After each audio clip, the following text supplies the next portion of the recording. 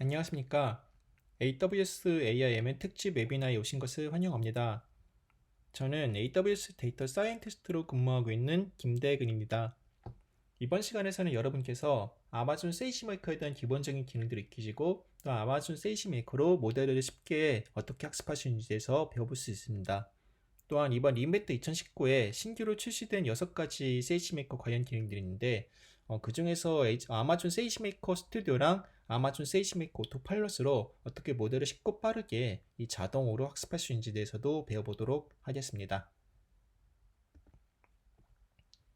우선 웨비나 시간에는 기본적으로 여러분께서 궁금하신 점들이 있으시면 이 채팅창에 질문들을 올리시면 그 질문들을 AWS 전문가들이 보시고 실시간으로 답변을 주십니다.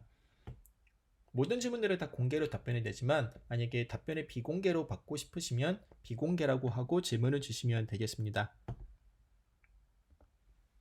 이제 크게 3가지의 어젠다로 이번 시간에 진행을 하도록 하겠습니다. 처음에 아마존 세이지메이커를 시작하는 법을 간단하게 안내를 드릴 텐데 그 노트북 인스턴스 이름만 입력하는 것뿐만이 아니고 몇 가지 좀 세이지메이커에 도움되는 어떤 그 추가적인 옵션들에 대해서도 간단하게 안내를 드리도록 하겠습니다.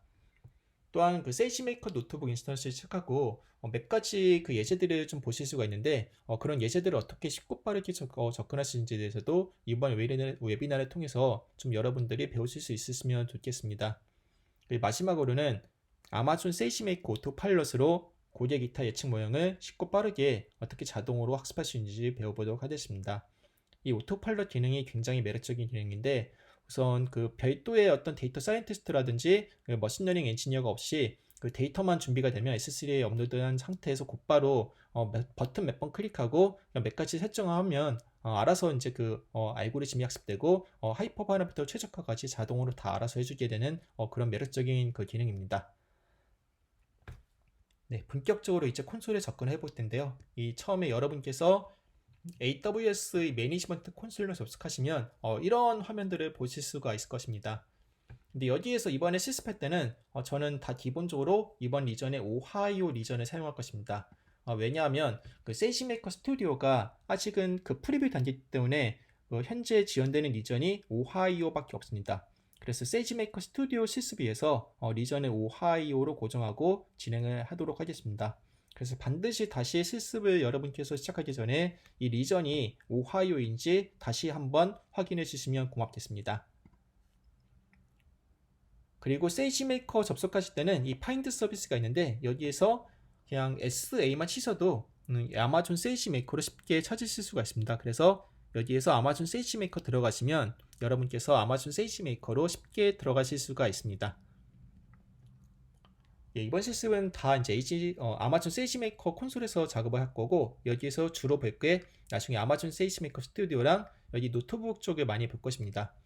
그래서 이번에 우선 노트북 인스턴스를 새로 생성하기 위해서 이 노트북의 항목에 있는 노트북 인스턴스를 클릭을 해 보도록 하겠습니다. 여기 클릭하시고요. 클릭한 다음에 이거는 제가 이제 나중에 실습을 빠르게 하기 위해서 만들어 놓은 거고 여러분께서 이번에 어떻게 만들어지는 궁금하기 때문에 저는 이번에 크리에이트 노트북 인스턴스를 클릭해서 하나 만들어 보도록 하겠습니다. 네, 클릭을 하시고요. 그럼 여기 노트북 인스턴스 이름이 있는데 이거는 여러분께서 그 자유롭게 이름을 지정을 해주시면 되겠습니다. 그래서 최대 63개까지 지원이 되고 여기에서 뭐 당연히 이제 하이픈 그 지원되고요. 근데 스페이스는 지원이 되지 않습니다. 그리고 여기 이제 AWS 리전 안에서 여러분께서 이제 어카운트 내에서 고유적으로 쓸 수 있는 이름을 지정해 주시면 간단하게 생성하실 수가 있습니다. 이번 시간에 우선은 저는 이렇게 지정하도록 하겠습니다. 그 노트북 인스턴스 이름에 세이지메이커 폴 이거는 자유롭게 이름을 쓰시면 되고 밑에 있는 노트북 인스턴스 타입이 디폴트로는 가장 저렴한 인스턴스 중에 하나인 T2 미디엄으로 되어 있는데 이거는 상황에 따라 가지고 다른 인스턴스를 쓰셔도 됩니다.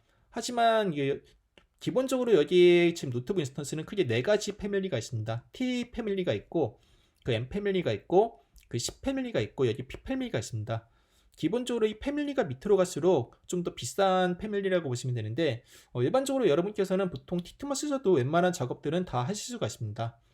여기 나중에 근데 만약에 좀 더 뭐 많은 고용량 데이터를 랭글링 한다든지 그 메모리가 좀 더 많이 필요하시다고 하면 여기에서 좀 더 좀 비싼 인스턴스를 쓰시면 되고, 맨 밑에 있는 P 인스턴스 같은 경우는 웬만하면 사용하지 않는 것을 추천드립니다. 왜냐하면 이거는 계속 개발을 할 때 이 노트북 인스턴스가 실행이 되기 때문에 그만큼 과금이 많이 좀 발생하게 됩니다. 그리고 몇몇 분들이 좀 궁금하실 텐데, 그럼 나는 딥러닝을 하고 싶은데 어떻게 핀스턴스 쓰면 안 되나요? 하시는 분들이 있습니다. 근데 그런 경우에도 어차피 학습을 할 때는 또 별도로 학습에 필요한 인스턴스를 세이지메이커는 별도로 또 프로바이셔닝을 하게 됩니다. 그렇기 때문에 그때 이제 그 핀스턴스를 쓰시면 되고, 딥러닝 코드를 개발했을 때도 기본적으로 여기에 그 T인스턴스로 활용하신 다음에 테스트 하실 때 나중에 핀스턴스로 순간적으로 스파 인스턴스로 저렴하게 학습을 하시는 옵션들이 있습니다. 그래서 이번에는 실습은 간단하게 m2.medium으로 학습을 시작을 하도록 하겠습니다. 우선 여기 있는 CPU는 2장이고 메모리는 4기가입니다.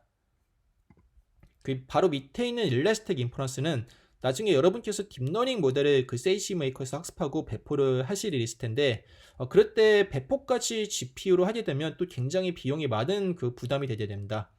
왜냐하면 여러분께서 학습을 하실 때 그 GPU는 그냥 그 학습하는 순간에만 인스턴스를 쓰시면 그 자동으로 꺼지는데, 이 배포는 계속 그 틀어놔야 되는 그런 거기 때문에 이게 비싼 GPU를 쓰게 되면 아무래도 비용적인 측면에서 좀 많은 좀 부담이 있을 수가 있습니다. 그렇기 때문에 보통 저희가 권장드리는 옵션이 일라스틱 인퍼런스로 디폴트로는 저 CPU 인스턴스를 활용하되 필요할 때만 GPU 자원을 쓰는 이제 그런 옵션이 있습니다. 그래서 그런 옵션들은 나중에 그 GPU 그 모델을 배포한 다음에 그 모델을 배포하실 때 이런 옵션을 좀 생각을 해보시는 것도 좋을 것 같습니다. 그리고 이 화살표에서 Additional Configuration을 보시면 여기 라이프 사이클이 있습니다. 이 라이프 사이클 같은 경우가 또 이 옵셔널이지만 저는 그 개인적으로 좀 추천드리는 옵션이고, 그 이유가 뭐냐고 하면 나중에 그 세이지메이커 계속 노트북 인스턴스를 띄워놓으실 게 아니고 중간에 그냥 노트북 인스턴스 비용적인 측면에서 좀 아끼기 위해서 스탑을 좀 하실 수가 있습니다. 근데 그때 스탑을 하게 되면 나중에 여러분께서 세이지메이커 노트북 인스턴스에서 별도로 PIP 인스톨이나 콘다 인스톨로 패키지 인스톨하시는 게 다 날아가게 됩니다. 그게 왜냐하면 바로 이제 밑에 여기 잠깐 설명을 드리겠지만, 기본적으로 여기에서 세이지메이커 같은 경우가 그 노트북 인스턴스 시작할 때 그 EBS 볼륨이 붙게 됩니다. 근데 그 EBS 볼륨이 기본적으로는 그 세이지메이커 EC2랑 그 같이 붙어 있는 거기 때문에 이게 그 나중에 노트북 인스턴스를 중지하게 되면 거기에서 추가적으로 설치됐던 패키지들이 다 삭제가 되게 됩니다. 그런 거를 어떻게 좀 더 쉽고 빠르게 관리할 수 있게 할 때 이 라이프 사이클 설정을 통해 가지고 여러분께서 원하시는 패키지를 여기에서 선택하는 옵션들이 있을 수 있습니다. 그래서 여기에서 간단하게 제가 만들어 놓은 거를 한번 확인을 해 보도록 하겠습니다. 여기 보시면 뭐 세이지메이커 라이프 사이클 HOL이라는 게 있는데, 이런 거를 보시면 예를 들어서 여러분께서 어떤 패키지를 설치한다고 할 때 제가 미리 만들어 놓은 이 스크립트입니다. 여기에 있는 의미가 어떤 건가 하면 그 기본적으로 그 수명규직 그 라이프 사이클 같은 경우가 그 루트 사용자로 실행이 됩니다. 근데 루트 사용자가 아니고 보통 그 EC2 인스턴스의 디폴트 이제 그 사용자는 바로 EC2-유저입니다. 그래서 이 유저를 EC2-유저로 변환을 한 다음에 거기에서 이 저희가 그 세이지메이커에 있는 가상환경 그 여러 가지가 있는데 그 중에서 그 파이썬 3 그 가상환경을 이렇게 바꿔주겠다는 의미입니다. 물론 이제 모든 환경에서 쓸 수도 있지만 보통 필요한 가상환경에 따라 가지고 어떤 가상환경에서 어떤 패키지를 깔 건지 여러분께서 이렇게 지정을 하실 수가 있습니다. 그 다음에 여기에서 여러분께서 뭐 필요한 패키지라든지 어떤 세팅 같은 거를 여기에서 하실 수가 있고, 저 같은 경우는 여기에서 뭐 라이트 GBM이나 어떤 패키지가 있습니다. 그런 패키지를 이렇게 인스톨을 하겠다라고 하면 처음에 노트북 인스턴스를 시작할 때 이 패키지가 자동으로 이 백그라운드에서 인스톨이 되게 됩니다. 마지막으로는 다시 소스 디액티베이트 해가지고 가상환경을 이 파이썬 3에서 빠져나오겠다 이렇게 지정을 해주시면 되겠습니다. 그래서 이거 배시 스크립트를 여기에서 이제 라이프 사이클을 넣음으로써 좀 더 세이지메이커 노트북 시작하실 때 좀 더 이제 많은 좀 더 유연하게 원하시는 패키지들을 좀 관리를 하실 수가 있습니다. 다시 노트북 인스턴스 들어가서 제가 생성을 해보도록 하겠습니다. 크리에이트 노트북을 하신 다음에 다시 이렇게 지정하시고, 이제 여기 보시면 IAM 롤이 있는데 여기 IAM 롤 같은 경우가 디폴트로 여러분께서 잘 모르신다면 그냥 create a new 롤을 해가지고 새로운 롤을 지정을 하시면 되겠습니다.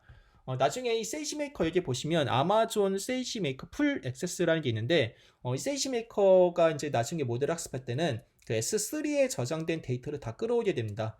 근데 그때 뭐 보안적인 측면에서 아무래도 모든 S3에 접근하는 건 아무래도 좀 위험 부담이 있을 수가 있습니다.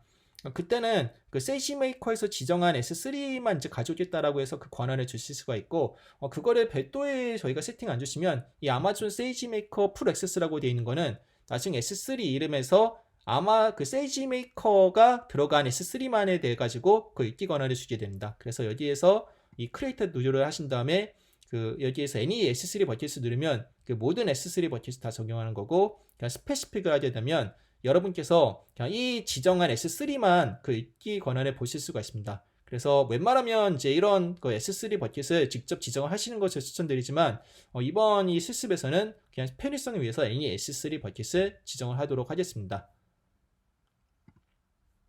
이렇게 크리에이트 롤을 하면 자동으로 그 생성이 되고요.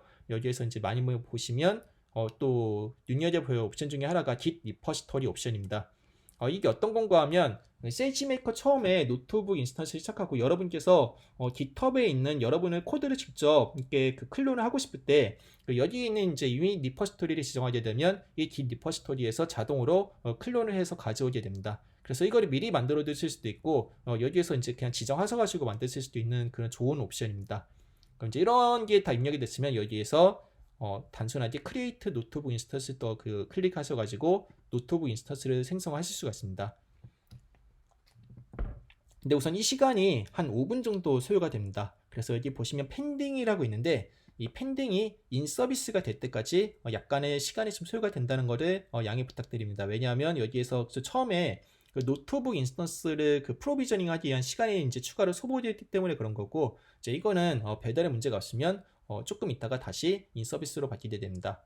우선 저는 똑같은 환경에서 미리 만들어 놓은 이 세이지메이커 HO를 가지고 진행을 하도록 하겠습니다. 여기 보시면 액션에 오픈 주피터가 있고 오픈 주피터 랩이 있습니다. 우선 저는 그냥 간단하게 오픈 주피터 레거시 모드로 주피터 노트북을 이용을 하도록 하겠습니다. 근데 약간 이제 최근에 주피터 랩을 많이 이용하시는 분들도 계실 텐데 이 주피터 랩이 더 익숙하시면 이 주피터 랩을 하셔도 지장은 없습니다. 우선 이번 실습에서는 간단하게 그 주피터로 접속을 하도록 하겠습니다. 네, 이렇게 접속하시면 여러 가지 좀 보실 수가 있는데 여기 보시면 기존에 여러분께서 그 주피터 노트북을 사용하고 계셨으면 다 친숙한 그 화면들입니다. 근데 여기에서 좀 새로운 것들을 좀 보실 수가 있는데 이 세이지 메이커 이그젬플이라는 이 탭을 보실 수가 있을 것입니다. 이 탭을 잘 보시면 이 클릭을 하시면 이거는 그 AWS 엔지니어들이 계속 그 업데이트를 하는 그 세이지 메이커 관련 예시들입니다. 그래서 이것들은 계속 업데이트가 되고 있고 지금 이 순간에도 계속 그 기능들이 업데이트 되거나 추가가 되고 있기 때문에 나중에 이 세이지메이커 이 웨비나가 끝나더라도 그 세이지메이커에 대한 좀 관심이 있거나 좀 더 좀 세이지메이커의 알고리즘들이 대해서 궁금하다고 한다면 여기 있는 수많은 예시들을 다 하나씩 한번 보시면서 확인해 보시면 되겠습니다. 그리고 이제 또한 여기에서 보시면 뭐 단순한 그 AWS 내장 알고리즘뿐만 아니고 여러 것까지 빌트인 세이지메이커 알고리즘뿐만 아니고 그 딥러닝 그 프레임워크에 필요한 뭐 파이토치나 텐서플로우, MXNet 뭐 그런 체이너 같은 예제들이 다 있습니다. 나중에 딥러닝 하실 분들은 그런 예제들을 좀 확인을 하시면 좋을 것 같습니다. 우선 지금 보시면 이번에 간단하게 제가 여기에서 리니어 러너 이제 예제를 하나 실행해 보도록 하겠습니다.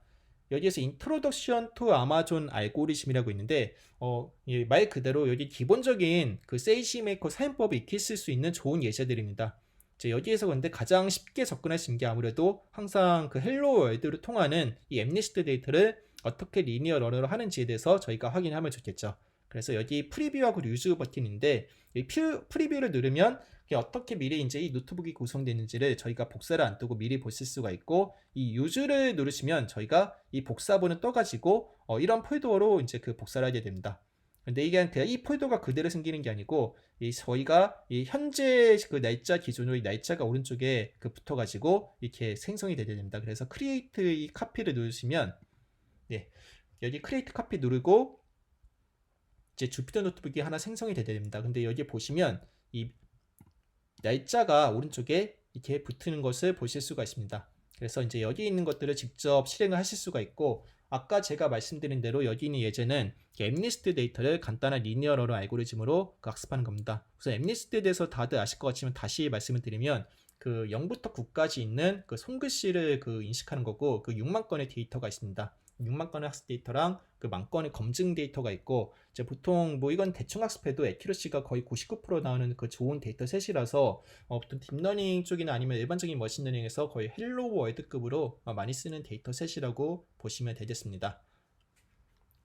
이제 여기 있는 설명들은 그냥 쭉 보시면 될 것 같은데, 여기 버킷에서는 그 여러분께서 직접 S3 버킷 만드셨으면 직접 S3 버킷을 만드신 다음에 이 버킷을 지정하시면 되겠습니다. 아니면 여러분께서 그런 게 싫다면 그 세이지메이커가 아까 노트북 인스턴스를 생성할 때 자동으로 만들어주는 S3 버킷이 있습니다. 그런 걸 어떻게 얻을 수 있는가 하면 여기에서 임포트 세이지메이커를 하시고, 그 다음에 세이지메이커 세션을 한 다음에 세션을 얻어오는 겁니다. 세션을 얻고, 그 다음에 디폴트 버킷을 클릭하면 그럼 이 세이지메이커에서 자동으로 만들어주는 이 버킷을 가져올 수 있습니다.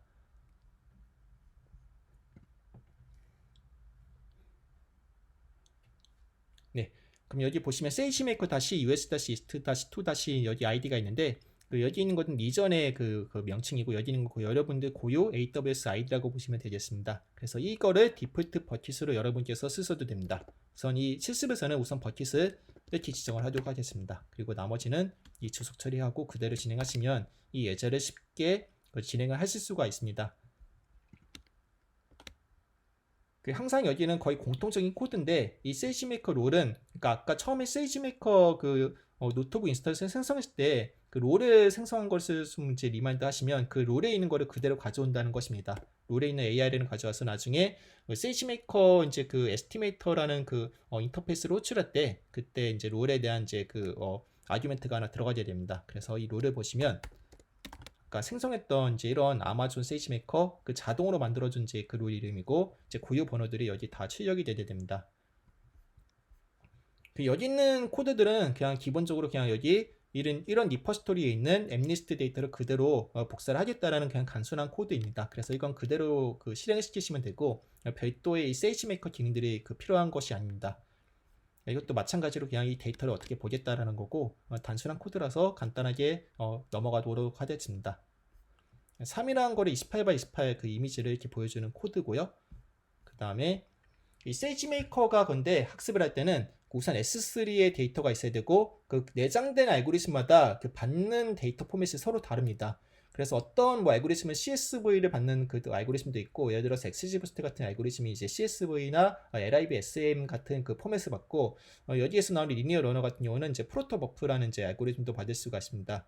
레코드 IO 이제 프로토버프로 해가지고 그런 포맷을 받을 수가 있고, 지금 이 예제에서는 이제 보시면 여기 레코드 IO를 진행하고 있고, 상당수 많은 알고리즘들이 다 레코드 IO를 지원하기 때문에 이 레코드 IO로 나중에 변환을 하시면 되겠습니다.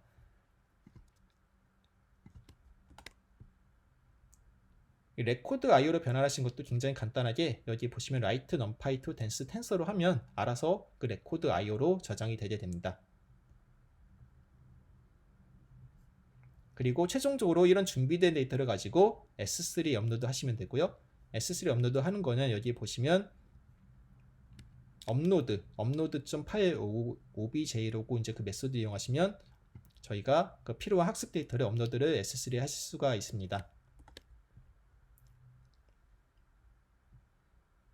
그럼 이제 메시지가 S3에 있는 이제 이 버킷으로부터 이 SageMaker 프리픽스, 그 다음에 이 서브 폴더 데모 리니어 엠리스트, 그 다음에 학습 폴더 이 레코드 IO pb 데이터라는 이제 포맷으로 S3에 저장됐다고 이렇게 메시지가 프로시지 됩니다.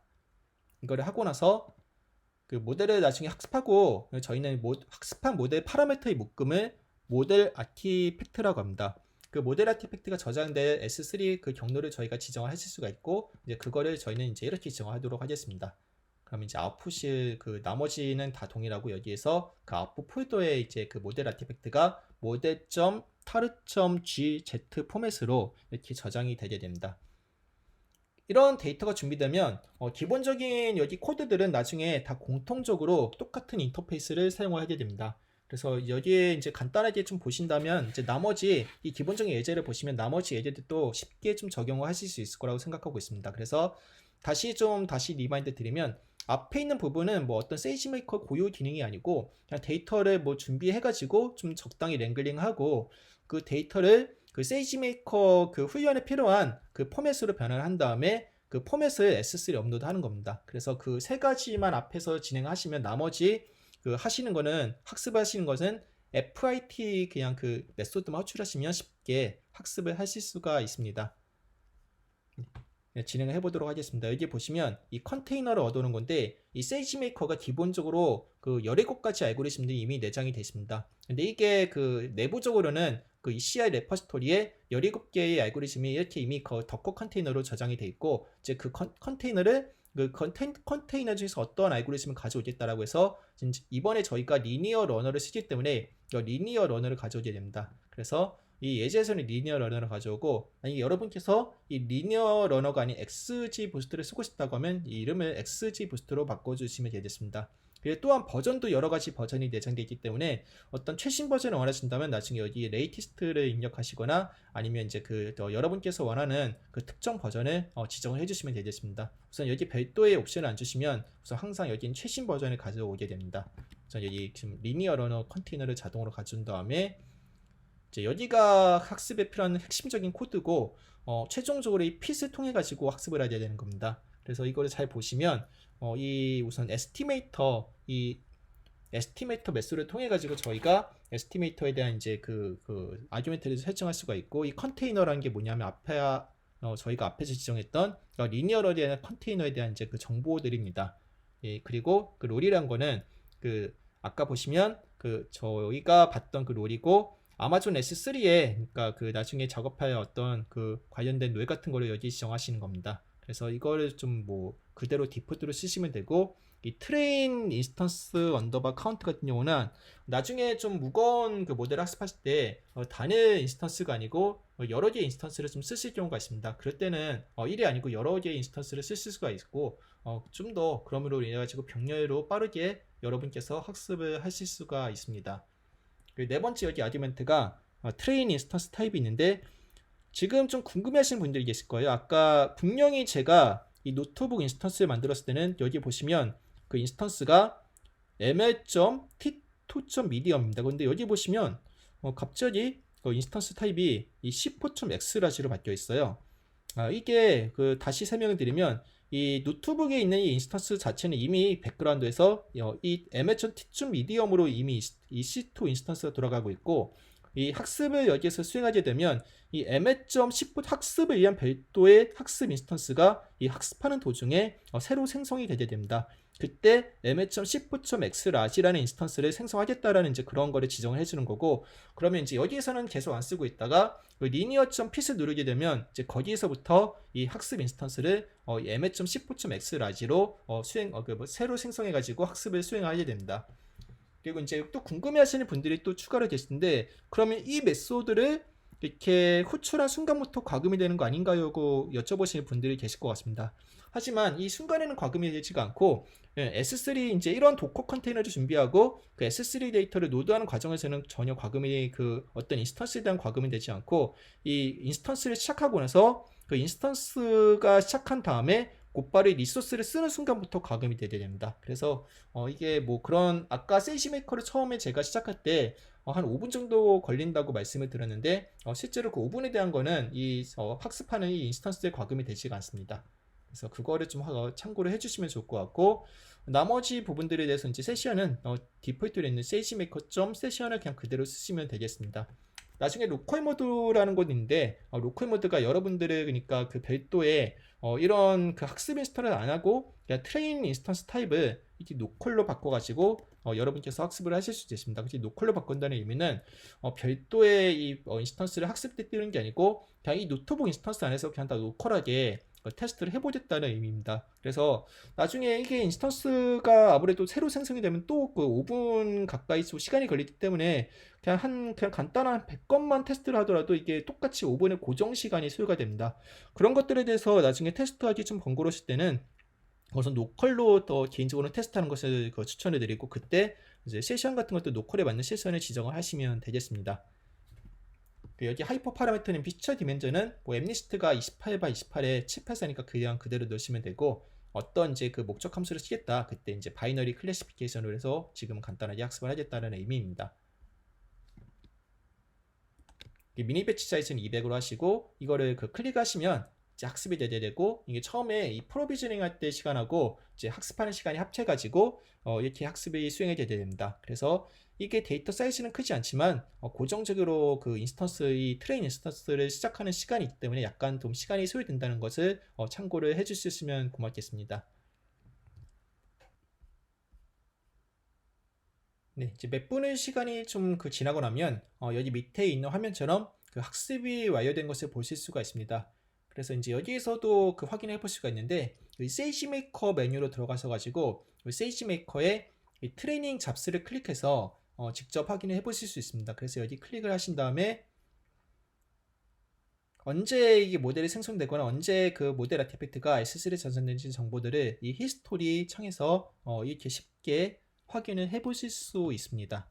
그리고 또한 여기에 보시면 실제 이 학습한 시간, 그러니까 EC2 인스턴스 학습을 위한 EC2 인스턴스에서 학습한 시간하고 이게 실제 과금된 시간을 같이 이렇게 한눈에 보실 수가 있고, 나중에 이 매니지드 스팟 트레이닝 그 기능을 활성화하면 이거 빌려블 타임을 좀 더 이렇게 많이 감소시키는 것을 보실 수가 있습니다. 그래서 이게 ICN 이전 기준으로 한 60%에서 한 70% 정도 이렇게 좀 절감이 되고, 이거를 활성화시키는 것은 간단하게 이 메뉴에서 그 옵션에서 매니지드 스팟 트레이닝 이꼴 그 true로 주시면 되겠습니다. 그래서 유즈 그 옵션을 주시면 쉽게 매니지드 스팟 트레이닝을 이용하실 수 있다고 보시면 되겠습니다.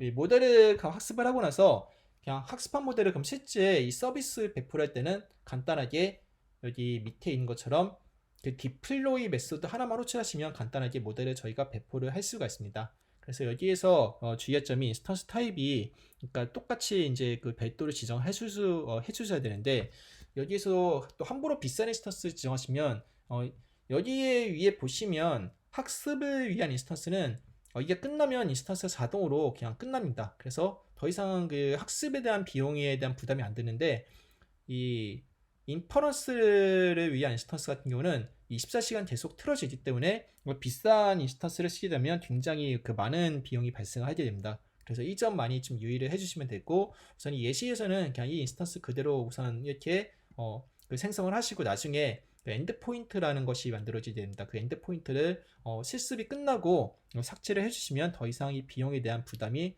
발생을 하지를 않습니다. 그래서 반드시 이 웨비나가 끝나고 나서 더 이상의 실습이 필요하지 않으면 이 엔드포인트를 반드시 삭제를 해주시는 것을 권장을 드리겠습니다. 그 엔드포인트 삭제하는 방법은 우선 참고로 엔드포인트에서 이거 이미 제가 만들어 놓은 엔드포인트인데 클릭하시고 액션에서 이 딜리트를 하시면 자동으로 엔드포인트가 삭제가 되고 더 이상 이 과금이 되지 않습니다. 참고 부탁드리고요. 지금은 제가 미리 이제 코드를 여기에서 이 실행이 한 10분 가까이 걸리기 때문에 미리 다 코드를 제가 실행해 놨습니다. 그럼 이 엔드포인트 생성되고 난 다음에는 이게 실제 데이터 가지고 그럼 예측을 할 수가 있고요. 예측을 할 때는 이게 뭐 기본적으로는 CSV 이제 그 포맷으로 받겠다라고 이렇게 지정한 다음에 그 프리딕으로 이렇게 그 해당 스코어라든지 어떤 해당 그 예측된 레이블의 정보를 가지고 올 수가 있습니다.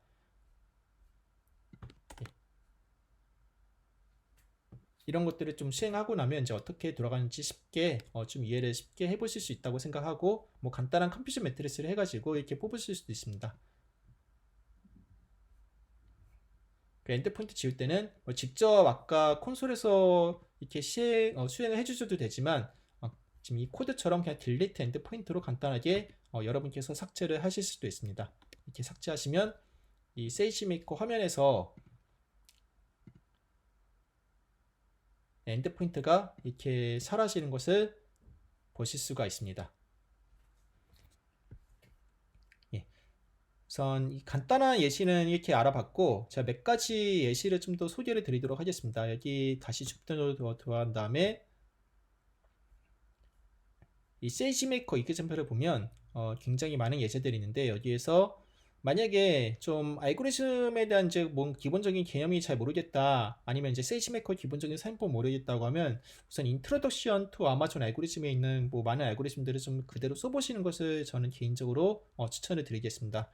그리고 만약에 어떤 워드 투 팩터라든지 그 기본적인 자연어 처리 같은 게 궁금하시면 이 블레이싱 텍스트라고 써진 예시들을 좀 그 확인해 보시면 될 거고, 시계열 데이터에 대한 정보들을 좀 궁금하시면 여기 보시면 리니어, 나중에 어플라잉에서 이제 리니어 러너라고 이제 시작하는 예제가 하나 있습니다. 그래서 그 리니어 러너 타임 시리즈 포캐스트를 간단하게 확인해 보신 다음에 나머지 딥 AR 같은 예시들을 확인을 해 보시면 좀 더 많은 도움이 되실 것입니다.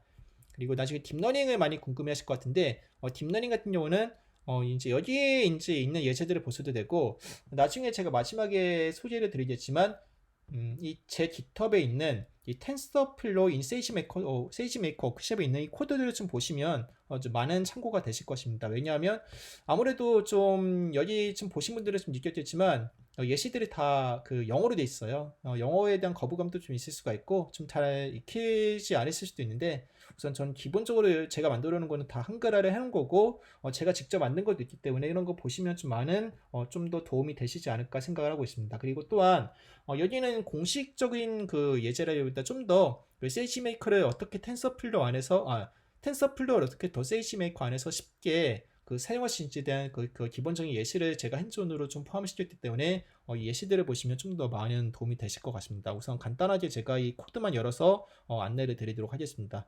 이 보시면 두 개를 열 건데요. 제가 지금 보시면 그 구체적인 안내는 나중에 이 주피터 노트북을 직접 이렇게 보시면 될 것 같고, 제가 필요한 몇 개만 좀 설명을 간단하게 드리도록 하겠습니다. 뭐 이런 것들은 다 이미 아실 분들이 많을 것 같아서 넘어가도록 할 거고, 여기 보시면 가장 중요한 부분이, 그러니까 그 어떻게 그럼 이제 텐서플로우를 세이지메이커에서 사용할 거냐, 뭐 텐서플로우뿐만 아니고 파이토치라든지 MSNet 같은 거를 그 어떻게 세이지메이커에서 사용할 거냐라고 많이 궁금해 하실 텐데, 그거는 그러니까 이 텐서플 세이지메이커가 바로 스크립트 모드라는 것이 지원하고 있습니다. 이 스크립트 모드라는 거는 여러분께서 기존의 딥러닝 프레임워크로 짰던 학습 코드들을 그냥 그대로 스크립트를 가져와 가지고 이 세이지메이커로 탑재할 수 있다는 그런 의미입니다. 그래서 이 코드를 실제 보시면 예를 들어서 CF 이제 그 케라스라는 이 코드를 여시면, 이거는 세이지 메이커랑 무관하게 그냥 기존에 여러분께서 짜졌던 그 딥러닝 프레임워크 이제 학습하기 위한 그런 코드 그냥 그대로 그냥 가져오는 거고요. 여기에서 이 세이지 메이커에 맞게 조금만 코드를 좀 변경해 주시면 곧바로 이 세이지 메이커에 맞는 이 스크립트를 변형을 하실 수가 있습니다. 그래서 어떻게 하는지 제가 간단하게 소개를 드리면, 여기 뭐 TF, 이건 TF 레코드, 텐서플로우 2.0 기준으로 설명을 드리는 건데, 모든 코드들은 다 비슷하지만 여기 다른 점이 있다면, 맨 밑에 보시면 예, 인자 커피 받는 부분에서 대문자로 SM 채널 트레인, SM 채널 밸리데이션, SM 채널 에발 뭐 그런 식으로 좀 몇 가지 환경 변수들이 있는 것을 보실 수가 있습니다. 그런 환경 변수들만 이렇게 명시적으로 추가해주면 이 딥러닝 프레임워크로 돌릴 수 있는 그 스크립트가 완성되는 거고, 그 스크립트를 그대로 여기 있는 인자카프로 그대로 넣어주면 여러분께서 쉽게 그 모델을 그 딥러닝 모델을 학습을 하실 수가 있습니다. 그래서 여기 보시면 이 텐서플로우라는 거는, 그러니까 텐서플로우, 이 세이지메이커 텐서플로우에 있는 이 텐서플로우 이 인터페이스를 그대로 이렇게 쓰겠다. 근데 그 인터페이스에 이제 필요한 아규멘트가 여기 보시면 엔트리 포인트. 엔트리 포인트가 아까 이제 그 제가 이렇게 말씀드린 이 파일 스크립트 파일이고, 이 스크립트 파일만 그대로 지정해 주시면 나머지는 뭐 프레임워크 버전 맞춰 주시고, 뭐 스크립트 모드 2로, 그리고 나머지 하이퍼 파라미터라든지 어떤 이제 트레인 인스턴스 카운트 그런 뭐 부가적인 파라미터를 지정해 주시면 딥러닝 그 모델을 쉽게 여러분께서 학습을 해 보실 수 있습니다. 그래서 딥러닝으로 만약에 세이지메이커 돌려보고 싶으시면 이런 그 예제들을 한번 확인하는 것을 개인적으로 추천을 더 드립니다. 우선 이 세이지메이커 예제는 여기까지 마치고 본격적으로 이제 세이지메이커 스튜디오 예시를 하나 들어보도록 하겠습니다. 우선 세이지메이커 스튜디오 이제 화면에 들어가신 다음에 이 보시면 지금 프리뷰라서 이게 좀 화면이 바뀔 수도 있다는 것을 좀 양해 부탁드립니다. 여기 보시면 게스타티드로 지금 스탠다드 셋업으로 그 싱글 사인온하고 그 아이덴티티 액세스 매니지먼트 IAM으로 접근할 수 있는데 우선은 여기에서는 저는 SS로 하나 이제 그 만들어 보도록 하겠습니다. 싱글 사인온 한 다음에 IAM 누에 같은 경우도 그냥 크리에이트 누를 해가지고 하나 만들고 나머지는 거의 디폴트로 쓰시면 되는데 여기에 하나 좀 눈여겨 보실 점은 그 노트북 리소스 쉐어링을 이렇게 활성화할 거냐 안 할 거냐 이제 그런 거를 좀 보시면 될 것 같고 이거를 활성화하게 되면 이제 다른 분들도 나중에 세이지메이커 이제 그 스튜디오에서 만든 노트북들을 서로 그 URL 공유해 가지고 공동으로 작업을 하실 수가 있습니다. 왜냐하면 세이지메이커 아까 세이지메이커랑 다르게 세이지메이커 스튜디오는 그 EBS VM이 이스트에 붙는 게 아니고 그 EFS가 붙게 됩니다. 그래서 EFS가 붙게 된다는 거는 그 공용으로 다 이제 이렇게 쉽게 좀 이용할 수 있다 이제 그런 장점이 있는 거고 또 용량에 대한 이제 뭔가 제한 같은 것도 아까 같은 경우는 그 EBS 뭐 VM이 5기가로 디폴트 제한이 있었지만 그 5기가에 대한 제한도 없다고 보시면 되겠습니다. 그리고 여기에 있는 이제 디폴트는 이렇게 지정이 됐는데 이거는 원하시는 대로 여러분께서 수정을 해주셔도 되겠습니다. 이걸 서브밋을 하시면 이것도 마찬가지로 처음에 좀 시작하는데 시간이 좀 약간 소요가 됩니다. 그래서 조금 더 기다리시면 이게 세이지메이커 스튜디오가 시작하신 컨트롤 패널이 만들어지는 것을 보실 수 있고 여기에서 만들어지는 것은 이 도메인 아이디라고 해서 이 세이지메이커 스튜디오 아이디라고도 하는데 그건 AWS 계정당 하나만 생성이 되고 여기에서 이제 여러 명의 유저를 세이지메이커 스튜디오에 접속할 수 있게 저희가 권한을 부여를 할 수 있습니다. 예, 조금 더 기다리시면 여기에서 활성화가 되시는 것을 볼 수 있고 예, 좀 더 기다려 보도록 하겠습니다.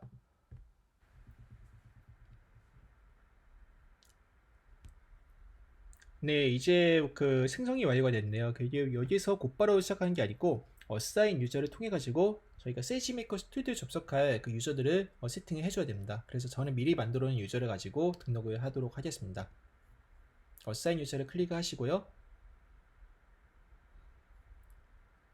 어사인된 유저를 가지고 저희가 이 세이지메이커 스튜디오에 접속을 할 수 있습니다. 그래서 이 스튜디오 접속 전용 URL은 바로 밑에 이 어드레스가 이렇게 나오고요.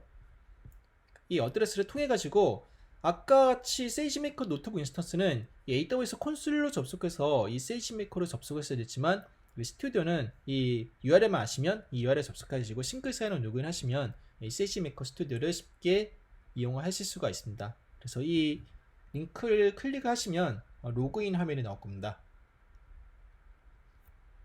그럼 싱글 사인온 로그인 화면에 넘어가시면 저희가 세이지메이커 스튜디오를 이용할 수 있고 여기에서 저는 미리 이제 입력한 그 이름과 비밀번호를 추적을 하겠습니다.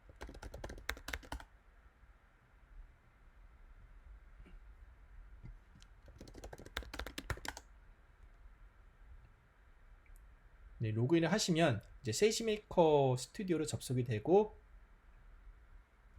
좀 더 여기에서 시작을 하는데 약간 더 시간이 소요가 됩니까? 좀 더 기다려 주시면 될 것 같습니다.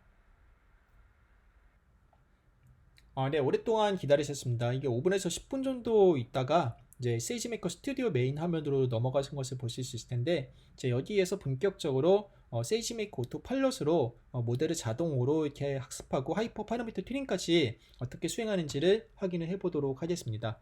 우선 그 실습을 하기 위해서는 제 깃허브에 있는 그 여러 가지 핸즈온 랩이 있는데 그 중에서 아마존 세이지메이커 스튜디오 핸즈온 랩을 이렇게 복사를 하시면 되겠습니다.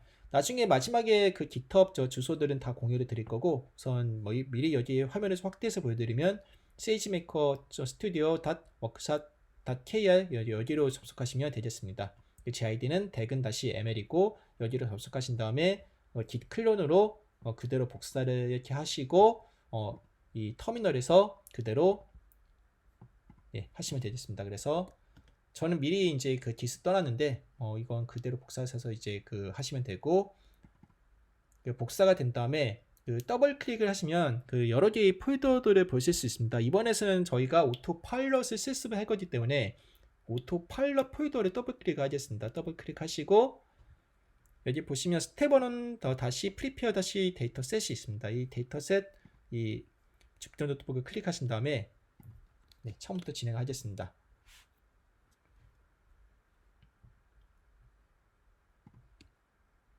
그럼 여기에서 뭐 기본적인 코드는 다 여기 그냥 필요한 패키지 깔고 그 어떤 폴더가 지금 이제 루트로 되어 있냐 그런 거 지정하는 거라서 간단하게 다 넘어가도록 하겠습니다. 그리고 이 여기 있는 데이터셋은 굉장히 간단한 데이터로 한 3000여 건 정도 데이터를 가지고 그 20여 개의 컬럼에서 그 고객의 실제 그 탈의를 할 거냐 안 할 거냐 이탈 그 예측을 하는 겁니다. 그래서 이거를 로딩하면 343건의 데이터가 있고 총 21개의 컬럼이 있습니다. 그 20개의 컬럼은 실제 변수고 이제 나머지 한 개의 변수가 그 y 변수로 이 churn 물음표 a 변수가 최종적인 그 예측하는 변수라고 보시면 되겠습니다.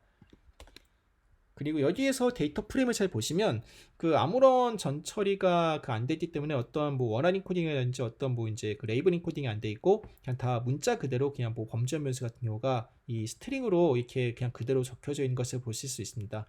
계측값 같은 것도 널값 처리도 안 돼 있고 그냥 그대로 다 돼 있는데 그런 것들은 오토파일럿에서 나중에 다 알아서 피처 엔지니어링 해주기 때문에 전혀 걱정을 하지 않으셔도 됩니다.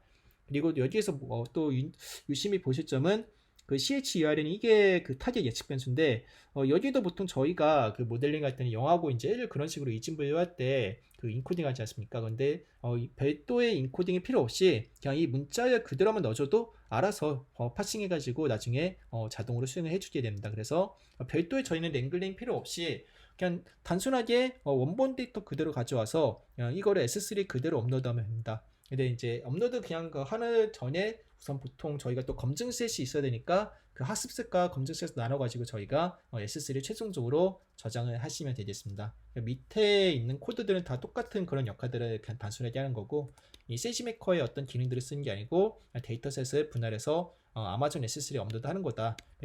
최종적인 여기 있는 부분만 이제 S3에 업로드 하겠다라는 부분만 이 세지메커에 있는 API를 호출하는 겁니다. 그래서 여기에 이제 있는 그 뭐 데이터들 S3 업로드하면 다시 제가 AWS 접속해서 보면 저는 참고로 미리 그래서 S3를 세이지메이커 스튜디오 덱은 그렇게 만들어 놨는데 이건 여러분께서 원하시는 그 버킷을 만드시거나 그 여러분들만의 버킷이 뭐 아니고 그냥 디폴트 버킷으로 세이지메이커에서 생성해 주는 이 버킷을 그대로 이용하실 수도 있습니다. 그래서 이런 것들 참고하시면 되고 다시 S3 제가 가서 확인해 보도록 하겠습니다.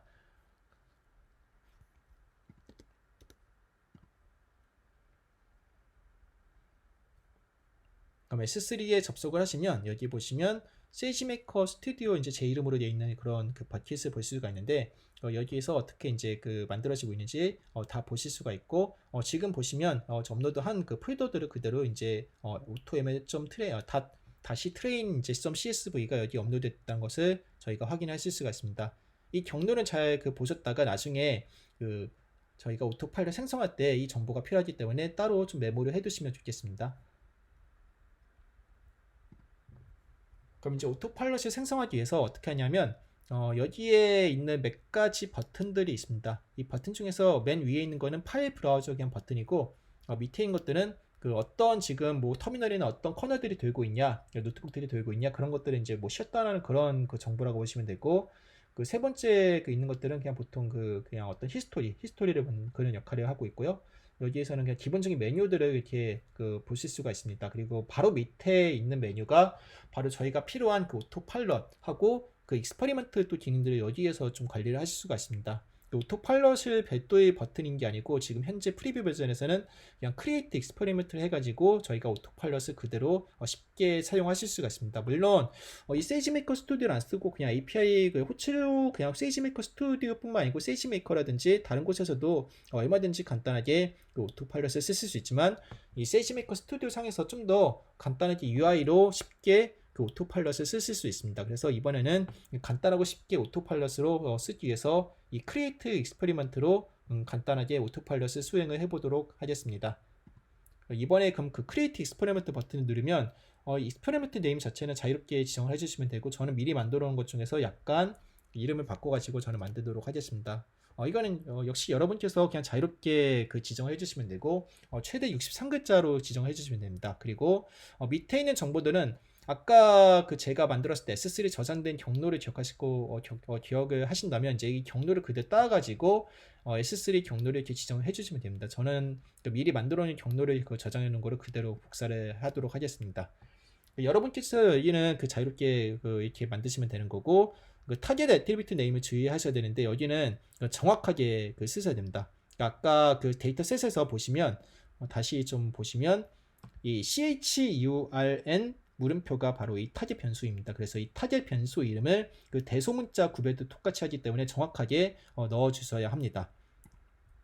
그리고 최종적으로 이 모델을 학습할 때 그럼 아웃풋 데이터가 어느 경로에 저장될 거냐 이제 그런 것들을 최종적으로 지정하는 경로들이고, 여기에 보시면 그럼 어떤 알고리즘을 이렇게 선택할 거냐, 뭐 자동으로 지정해 줄 수도 있고, 뭐 이진 그거 분류를 해줄 수도 있고, 리니어 리그레션을 해줄 수도 있고, 멀티 클래스 그렇게 분류를 해줄 수도 있는데 뭐 저는 명시적으로 그냥 바이너리 클래시피케이션을 지정을 하도록 하겠습니다. 워낙에 명확한 문제이기 때문에 이렇게 지정해 줘도 되고, 정 모르신다고 할 때 그냥 오토로 지정해둬도 큰 문제는 없고, 다만 이제 여기에서 이렇게 지정을 하게 되면 바로 밑에 있는 그 오브젝티브 매트릭에서 저희가 좀 더 정확한 매트릭을 좀 지정을 할 수가 있습니다. 그래서 보통 아까 같은 데이터가 보시면 이 균형 데이터가 아니고 어느 정도 좀 불균형한 데이터이기 때문에 그 애큐러시를 보는 것보다는 좀 F1 스코어를 보는 게 조금 더 좀 강건하지 않을까 생각합니다. 그래서 F1을 저는 선택을 하도록 하겠습니다. 여기에서 밑에 있는 부분을 좀 주의를 하셔야 되는데, do you want to run a complete experiment라고 이 이제 yes를 그냥 그대로 하시게 되면 디폴트 파라미터를 가지고 이 오토파일럿을 수행하기에 이게 굉장히 시간이 오래 걸립니다. 왜냐하면 250회의 그 하이퍼 파라미터 튜닝을 거치고 보통 기본적으로 10개의 후보 모델들을 생성하게 되는데, 그렇게 됨으로써 굉장히 많은 시간들이 소요가 되고, 이게 3,000건만 있더라도 시간이 1시간 넘게 소요가 됩니다. 그래서 저희는 좀 더 간소하고 후보 모델 수를 줄이고 튜닝하는 횟수도 이 핸즈온에 맞춰서 좀 줄이기 위해서 간소화하기 위해서 노를 클릭하겠습니다. yes하고 no의 차이점은 yes는 이 클릭하는 순간에 모든 거를 다 자동으로 해주는 거고, no는 이 오토파일럿이 중간에 그러니까 그 두 개의 노트북을 자동으로 만들어줍니다.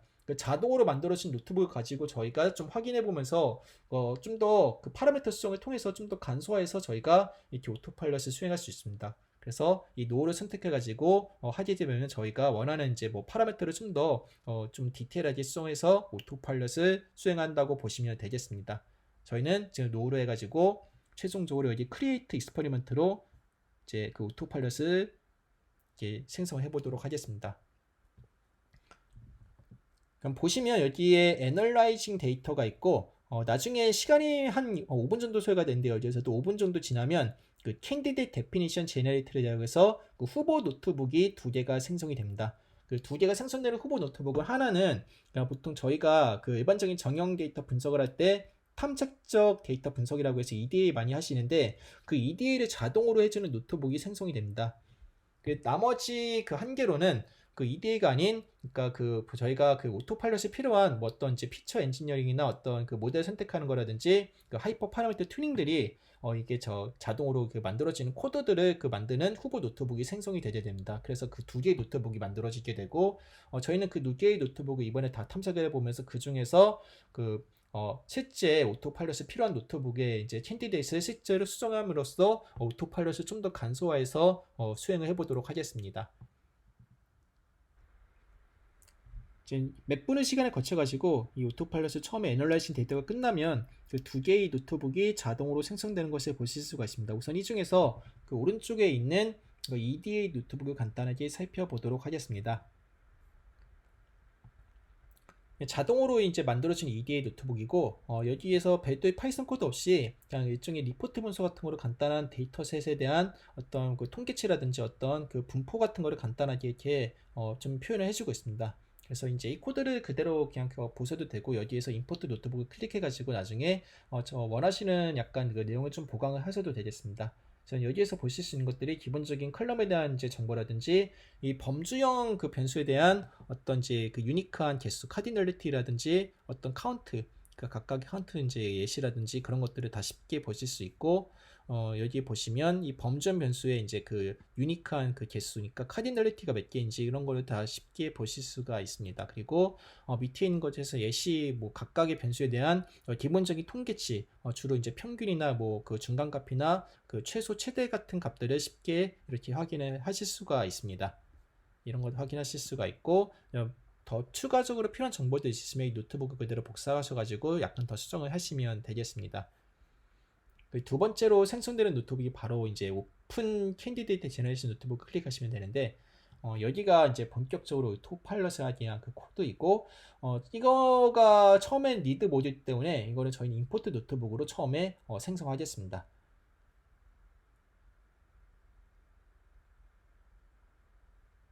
이렇게 만들어놨지만 저는 미리 만들어 놓은 거 가지고 진행을 할 거고, 이제 여기 처음에 커널 선택하실 때는 여기 몇 가지 커널들이 있는데 디폴트가 데이터 사이언스입니다. 그래서 데이터 사이언스 커널로 선택을 하시면 되겠습니다.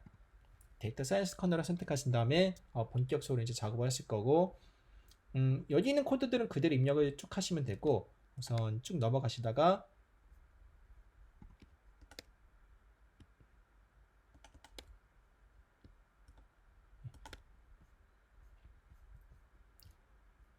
네, 여기 있는 부분까지 그냥 그대로 넘어가시고, 이제 여기가 관건인데, 그 자동으로 후보 그 생성되는 알고리즘들이 뭐 XGBoost나 리니어 러너 기반으로 해가지고 그 몇 가지 뭐 전처리에 필요한 뭐 어떤 그 파라미터들을 좀 그 조합해가지고 10개의 그 후보들을 생성을 하게 됩니다.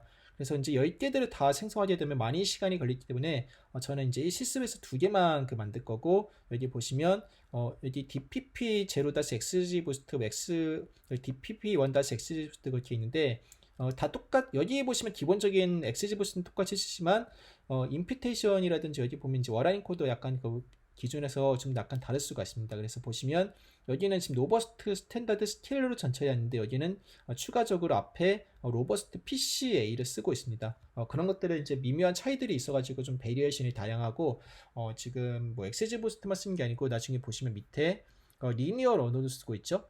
그래서 여기에서는 대표적으로 XG 부스트하고 리니어 러너를 조합해서 그 안에 들어가는 뭐 전처리 이런 것들에 대한 이제 좀 조합을 거쳐가지고 10개를 그 자동으로 해주게 되고, 지금 따로 수정을 안 하면 그 10개를 전부 다 만들고 거의 하이퍼 파라미터 튜닝도 그에 맞춰서 250회를 돌리기 때문에 굉장히 많은 시간이 소요가 됩니다. 그래서 저희는 그거를 줄이기 위해서 지금 2개만 남길 건데, 그 DPP 0-XG 부스트하고 여기 DPP2- 리니어 러너만 남기고 여기에서 다 삭제를 하도록 하겠습니다. 삭제하는 거는 ESC 누른 다음에 DD 단축키 누르시면 쉽게 삭제를 하실 수가 있습니다. 그리고 DPP2만 남기고 DPP3 다 지우시면 되고요. 네, 삭제하시고 여기도 삭제를 하시면 되겠습니다. 78 삭제하시고 9 삭제하시고, 예. 그러면 이제 2개만 남았습니까? 2개만 남기고 가지고 저희가 실행하도록 하겠습니다. 실행하시고, 이 디스플레이 캔디드를 하면 최종적으로 저희는 2개만 남은 것을 보실 수가 있습니다. 그러니까 만약에 여러분들 실습하실 때 2개가 있는지 반드시 확인하시고 2개가 안 남았으면 다시 노트북을 처음부터 시작을 하시는 것을 권장을 드리겠습니다.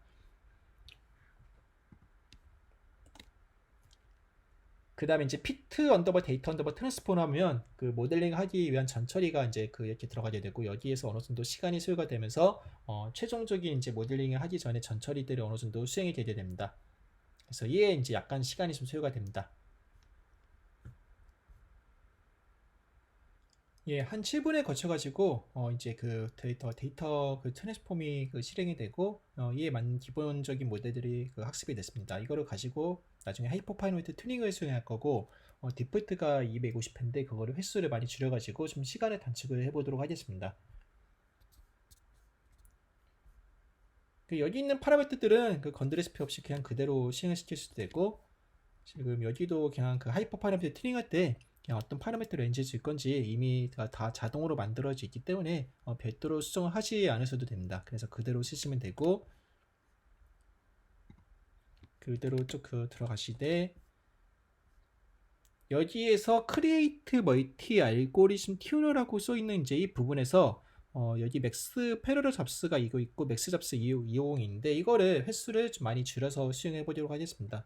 우선 이 본 예시에서는 맥스 패러럴 잡스를 한 4 정도로 놓고 맥스 잡스를 한 8일 정도로 놔가지고 학습을 좀 빨리 수행해 보도록 하겠습니다.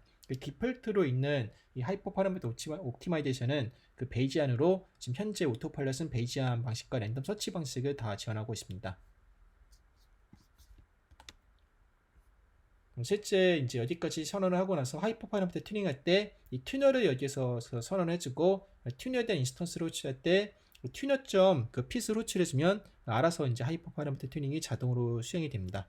여기까지 시간이 좀 어느 정도 추가적으로 되니까 이제 여러분께서 좀 기다려 주시면 여기 쉽게 하이퍼 파라미터 튜닝한 결과까지 보실 수 있습니다. 예, 한 10분 가까이 기다리면 그 하이퍼 파라미터 튜닝까지 다 완료한 것을 보실 수가 있고 친절하게도 여기에서 그 링크를 제공을 해주고 있습니다. 그 링크를 클릭하셔가지고 이 하이퍼 파라미터 튜닝한 내역들을 확인을 하실 수도 있고 이 세이지메이커에서 하이퍼 파라미터 튜닝 잡스에서 클릭하셔도 그대로 똑같은 화면으로 보실 수가 있습니다. 우선 여기 링크를 클릭하면 여기 나오는 정보들을 보면 이 8개의 하이퍼 파라미터 튜닝 결과가 나오고 이거를 클릭해가지고 내림차순이나 오름차순으로 매트릭이 같은 높은 모델이 어떤 건지를 쉽게 눈으로 확인을 하실 수도 있습니다. 그리고 또한 이 콘솔에서 보는 거 말고 좀 더 이 세이지메이커 스튜디오에서 그 차트 기능들을 이용해 가지고 좀 더 좀 이제 인투이티브하게 쉽게 볼 수 있는 기능들도 있습니다. 그런 것들을 간단하게 한번 소개를 드리도록 하겠습니다. 이 다시 화면으로 들어가신 다음에 그 왼쪽에 보시면 익스페리먼트 아마 여러분께서 그건 unAssigned Trial Component라고 아마 생긴 것을 보실 수가 있을 것입니다. 이게 지금 여기 디폴트로 생성되는 것은 이름을 따로 정하지 않아 가지고 뜨는데 나중에 여러분께서 그 문서를 보시고 API 호출했을 때는 이런 식으로 여기 이름을 따로 지정을 해줄 수가 있습니다. 우선 여기에서 보신 다음에 마우스 오른쪽 버튼을 클릭하시고 나오는 메뉴 중에서 Open in Trial Component List를 클릭하시면 됩니다. 클릭하시고 그럼 최근에 이제 학습했던 내역이라든지 어떤 아까 그 트랜스포메이션 했던 그런 그 잡들이 다 각각의 컴포넌트로 해가지고 이 트라이얼 컴포넌트 단위로 이렇게 등록이 되신 것을 보실 수가 있습니다. 그럼 여기 보시면 아까 이제 그 콘솔에서 보셨던 것과 똑같은 그 오브젝트 매트릭을 보실 수가 있는데 이런 것들을 그냥 단순 표 형태가 아닌 그래프 형태로 이제 쉽게 이렇게 인터랙티브하게 볼 수 있는 기능들을 제공하고 있습니다. 그래서 이런 것들을 지금 이렇게 선택을 여러 개 해가지고 여러 개 하는 거는 이렇게 여러 개 그 뭐 시프트로 이렇게 그 범위를 선택을 하셔도 되고 애드 차트를 여기 클릭하시고요. 그럼 애드 차트 클릭한 다음에 U 차트로 저희가 원하는 차트를 클릭을 할 수가 있습니다. 그래서 여기 보시면 뭐 서머리 스탯 타임 시리즈 데이터 타입이 있는데 여기에서 저희는 이제 그 타임 시리즈를 한번 확인해 보도록 하겠습니다. 그래서 이 타임 시리즈에서 이제 그 히스토그램 뭐 라인이 있고 각각의 이제 x-axis 이제 뭐 에포크 같은 경우는 딥러닝 쓸 때 보통 쓰는 거니까 저희는 그 무시를 하고 이거는 이제 지금 뭐 타임으로 봐서 1미니트로 해서 뭐 x-axis가 오브젝트 매트릭에서 어느 정도 이제 같냐 이제 그런 것들을 쉽게 좀 보실 수가 있고요. 어떤 중간에 이제 학습된 모델은 오히려 성능이 안 좋은데 이거는 뭐 그냥 참고로 보시면 될 것 같고 추가적으로 계속 차트들은 이렇게 추가를 이렇게 하실 수가 있습니다. 그 차트를 추가할 때 여기에 오는 그 차트 프로퍼티에서 다양한 그 정보들을 이렇게 볼 수가 있고 이번에는 이제 뭐 바로 한번 해보도록 하겠습니다. 서머리 스탯에서 바로 한 다음에 x 엑시즈를 이렇게 오브젝트 매트릭 X로 해가지고 보시면 각각의 이제 또 모델에 대해서 오브젝트를 이렇게 보실 수도 있고 또 에즈 차트를 해가지고 뭐 서머리 스탯으로 바로 이렇게 쉽게 또 보실 수도 있습니다. 간단하게 이렇게 다 보실 수 있는 방법들을 다 지원을 하고 있고요. 지우시려면 그냥 여기 X표를 누르시면 그 알아서 다 삭제가 되고 이렇게 여러 가지 좀 다양한 플랫들을 좀 쉽게 여러분께서 확인을 해보시면 되겠습니다. 그리고 이제 아까 노트북이 다 실행이 되지 않았는데 여기가 끝난 다음에 모델 셀렉션 앤 디플로이먼트가 남았습니다. 우선 이번 시간에는 이 디플로이먼트는 따로 진행을 하진 않을 거고 여기까지 그 최종 그 노트북 쓸 전까지만 제가 진행을 해드릴 텐데 여기 보시면 이거는 그 단순하게 이제 그 데이터 프레임 형태로 한번 쉽게 보실 수 있는 거를 지원하고 있고 여기에서 보면 튜너 언더바 애널리틱스로 해가지고 그 판다스 데이터 프레임 변환해가지고 이렇게 데이터 프레임 형태로도 쉽게 보실 수가 있습니다. 그리고 가장 그 최고의 그 모델이 어떤 거냐라는 걸 여기에서 간단하게 뽑을 수 있고 이 모델이구나라는 것을 저희는 아까 보시면 이 모델에서 이 이름이 여기 오브젝트 매트릭이 가장 높이 나온 게 이 모델인데 2003 1-0429-007-20 이렇게 나와 있는 거를 이렇게 보시면 그대로 똑같다는 것을 보실 수가 있습니다. 그래서 그거를 가지고 최종적으로 이렇게 디플로이한테 쓸 수 있다, 그렇게 이제 이해를 하시면 되겠습니다. 네, 우선 실습은 전반적으로 여기까지 마칠 거고, 그 마지막으로 제가 말씀드리고 싶은 게, 이게 뭐 세이지메이커 이거 워낙에 예제가 많아가지고 그 예제들을 어떻게 다 돌리시나요, 그런 것들을 좀 고민하시는 분들이 있을 텐데, 우선은 이 그 여기 있는 웨비나를 좀 들어보시고 좀 흥미가 가신다는 분야에 대해서, 뭐 예를 들어서 여러분께서 그 뭐 비전에 좀 더 관심 있으시면, 예를 들어서 아까 그 세이지메이커 예제를 보시면 그 클래시피케이션 예제들이 있습니다. 그런 예제들을 좀 더 잠시만요. 제가 하나 열어드릴게요. 여기에서 노트북 인스턴스를 다시 좀 들어가겠습니다. 여기에서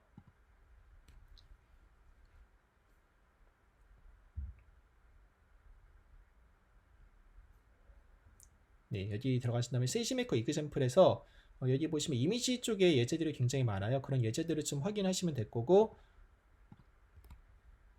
이 로딩하는데 약간 시간이 좀 걸립니다. 이게 지금 뜨는데, 이미지 클래시피케이션이라든지 나중에 밑에 보시면 그 오브젝트 디텍션 예제도 있고, 또 NLP 쪽에 관심 있으신 분들은 여기 블레이싱 텍스트부터 보시면 좀 많은 도움이 되실 겁니다. 그리고 인터넷에 찾아보면 최근에 또 글로온 쪽에 이제 그 뭐 저희 쪽에서 만든 그 프레임워크가 있는데, 그 글로온으로 해가지고 NLP 이제 모델주로 해가지고 여러 가지 모델들을 다 이렇게 또 프리트레인드된 모델을 제공하고 있어서, 그거를 가지고 최근에 있는 버트 모델 같은 것도 저희가 쉽게 불러가지고 써보실 수 있습니다. 그래서 그런 것들을 또 세이지메이커에 연동해서 쓰실 수가 있고, 제가 또 이 제 깃허브에 보시면 이 있는 것 중에서, 나중에 그러면 이제 아까 배포 쪽에 제가 많이 말씀을 이 시간에 안 들었는데, 이 딥러닝 쪽에 배포 관심 있으시면 이 TFS-워크샵이라고 또 있습니다. 이 워크샵으로 들어가셔가지고 지금은 제가 이 텐서플로만 업데이트했는데, 이 파이토치나 그 MS넷도 거의 비슷한 구조로 되어 있습니다. 그래서 여기 있는 스크립트를 참조를 하셔가지고